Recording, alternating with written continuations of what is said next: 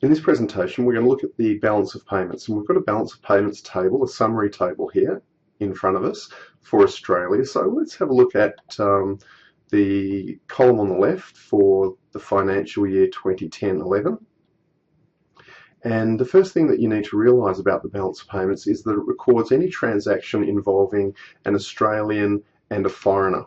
So when I say Australian, I mean it could be a member of a household, it could be a particular level of government in Australia, it could be an Australian company or some other Australian organisation, but it involves an Australian and a foreigner. And because it involves an Australian and a foreigner, or all transactions involving an Australian and a foreigner, it involves money moving in and out of the country. So what this table actually summarises is the money flows behind the economic transactions that involve an Australian and a foreigner. So, for example, if we export iron ore to China, 1 tonne of iron ore to China, then the tonne of iron ore leaving Australia does not get recorded in the balance of payments. It would be pretty difficult to record the goods that are actually being traded or the services that are being traded. What's recorded in the balance of payments is the monetary flows behind those sorts of transactions. So with iron ore leaving Australia for China, what would be recorded in the balance of payments is the money flowing in from China into Australia in payment for that iron ore. So we've got monetary flows of that type. If you go out and buy a parcel of shares on the New York Stock Exchange, that would involve money leaving Australia. You'd take ownership of the shares, that's fine. The ownership of the shares would sort of, in a way, enter Australia, but the money to pay for those shares would leave the country, and that's what's recorded in the balance payments, money leaving the country. Now, as I've got here on the top right-hand corner, negative entries in the balance of payments represent money flowing out of Australia. Positive numbers represent money flowing into Australia. And the other thing that you should pick up quite quickly is that these numbers are net figures. So the current account, for example, minus $41 billion. That means $41 billion more left the country than came in terms of the types of economic transactions that are actually recorded in the current account. So this is a net outflow of money from Australia through the current account of $41 billion. We'll learn in more detail later what's included in each of these components of the balance payments. Then hopefully it'll begin making a lot more sense to you. Okay, so if we look down at the capital financial account, we'll see a positive balance of 40 billion. Now, once again, that is a net figure. So that figure of positive 40 billion would be made up of millions and millions of inflow and outflow transactions. That is positive and negative entries in the balance of payments. So this figure of 40 billion is actually the sum of the subtotals in the column below it. In particular, it's the sum of the capital account and the financial account, and they in turn are sums of the other sub-accounts underneath. Now, in terms of what's in each of these different accounts, so we've got the current account and the capital financial account, but under the current account we've got goods and services, primary income and secondary income, and then the same under the capital account, capital and financial account, we've got a lot of different sub-accounts. In terms of knowing what is in each of these different sub-accounts, I'll run through what I need you to know in terms of level of detail of what's in each of these accounts. A lot of the reading that you'll be doing goes into a lot more detail of exactly what's in each of these sub-accounts than you actually need to know. So let's go through that now, and I'll give you a feel for what you need to know is contained in each of these sub-accounts, or what's included in each of these sub-accounts. So with let's start off with the current account with goods and services. That basically includes imports and exports. Imports and exports of goods and services. So iron ore leaving Australia, wool leaving Australia, computer chips coming into Australia, also manufactured goods coming in from China, that sort of thing. It also, and all of those sorts of physical goods, those tangible goods, are included under the goods section. Under services, we have money flows associated with the provision of services. So, for example, if you work as a consultant and you do some consulting work for a company in Singapore, then when you get paid, that money will flow into Australia and it will be a services credit. Now, I know it's a services credit because the credit figure is 50 billion. It's a positive number, and a positive number means money is flowing into Australia. So if you've done some work for a Singaporean company and you have received payment, that money is coming into Australia, it must be a positive number, and therefore it must be a credit item in the services. So in terms of the goods and services, you need to know that it's imports and exports of goods and services.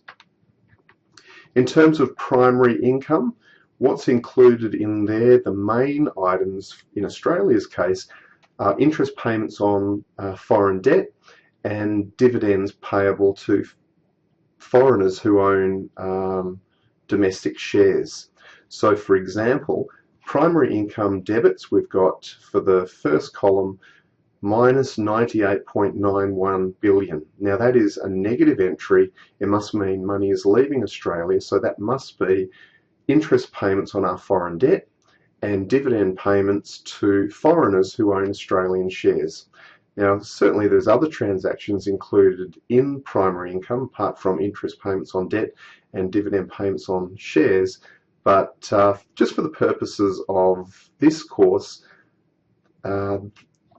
those two transactions are the main ones, and they're really the ones that you have to remember.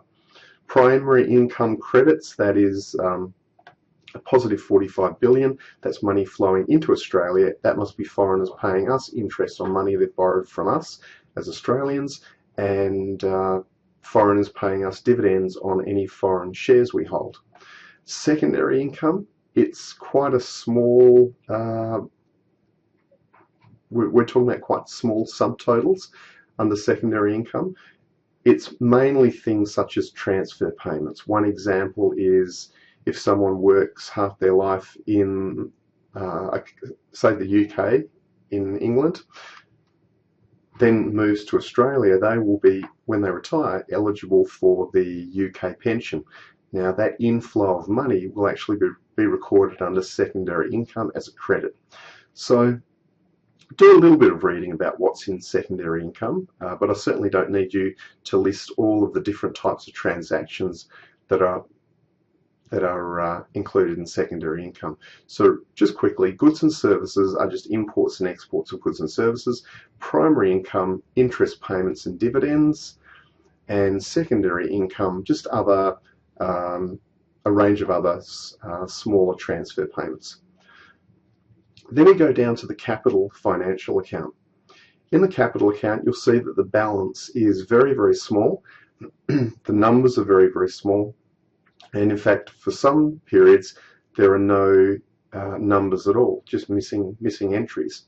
So what's included in the capital account these days are some fairly obscure type items. You can do a little bit of reading about what's in the capital account, but once again, I'll never expect you to be able to talk about what is the types of transactions that are included in the capital account. It's just, there are more important things for us to worry about. Okay, but then we go down to the financial account. Now, what I need you to understand there is if you have a look under the financial account heading, you'll see direct investment, portfolio investment, financial derivatives, which is investment, and other investment. So under the financial account is recorded investment flows. Now, it's worthwhile having a quick look at the difference between direct portfolio, financial derivative investment, and other investment, just so that you get a feel for what we're talking about here. But basically, in the financial account, we're talking about investment flows. Now, if you have a look at the financial account, the balance for 2010-11 is $40.493 billion. It's a positive number, so what that means is that foreigners invested $40.493 billion more in Australia than we invested overseas. So there was a net inflow of investment. Now, you should appreciate that this inflow of $40 billion is really to cover savings investment imbalance in Australia. In Australia, we're in a situation where savings is generally always less than investment, partly because investment in this country is quite high because we've got a lot of capital intensive industry, partly because we don't do too good a job at saving nationally. Savings are not high in this country, and so we need to bring in around about $40 billion we needed to bring in $40 billion in 2010-11 to cover that savings investment gap. In 2012-13, the savings investment gap was even larger. It was $57.407 billion. So all of these numbers under the financial account represent, because they are positive numbers, a net inflow of foreign savings into Australia to supplement our low level of domestic savings and a relatively high level of domestic investment. The other thing to note here is that the current account and the capital financial account balances are basically equal but of opposite sign. So for the year 10-11, we've got 41.7, a deficit of 41.7 in the current account. The capital account is 40.1. Next year, 47.5, 46.2. Pretty close, not exactly equal to each other, but pretty close. And the difference we don't really have to worry about.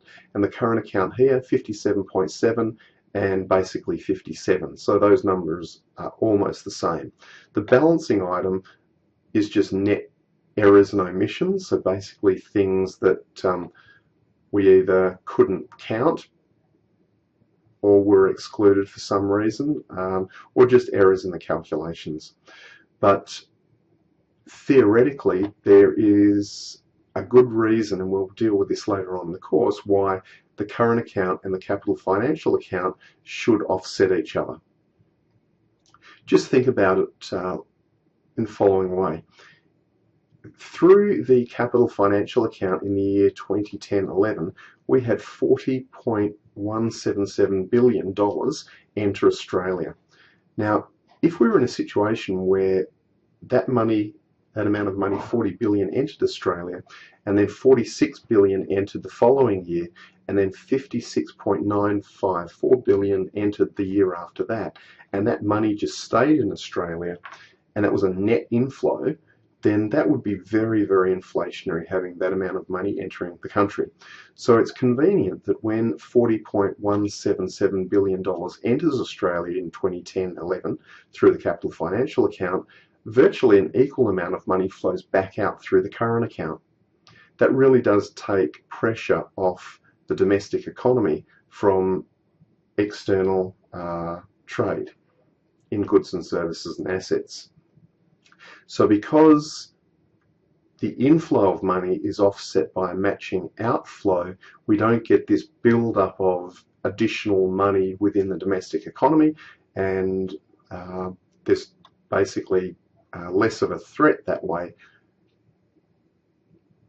through the balance of payments, less of a threat for inflation to occur. So in terms of the balance of payments, that is what it's all about. I need you to understand that the current account and the capital financial account, just intellectually, we're going to separate them. And we're going to separate them because of the nature of the transactions recorded in the two sections. The current account involves very short-term transactions, basically. So in the current account, you would sell a ton of iron ore to a Japanese steel maker. They would pay you for that ton of iron ore. The transaction relationship is then finished until the next time. Same with primary income. You make a dividend payment or an interest payment to someone, and then once that payment's made, it's sort of over. However, in the capital financial account, particularly the financial account, it sort of implies that, or the nature of the transactions in the financial account imply a longer relationship between the two countries. So when one country invests in another country, then that is establishing a very long-term relationship between those two countries. And the relationship lasts for as long as the investment is ongoing. So the current account, some people like to think of the current account transactions as very short-term in nature, and particularly the financial account transactions as very long-term in nature, or at least establishing longer-term relationships. So we're going to split out the current account and the capital financial account, first of all because they've got different types of transactions, short-term versus long-term transactions recorded in each of these. Second of all, because the current account and the capital financial account really do offset each other in terms of inflows and outflows of money. And the only other thing to keep in mind is that, as I said at the very beginning, this summary table records all economic transactions, or another way of putting it, all transfers of money in and out of Australia. Now, hopefully the Australian Bureau of Statistics measures these numbers accurately, and to the extent they do, it gives us a very accurate picture of where and why money is flowing in and out of this country.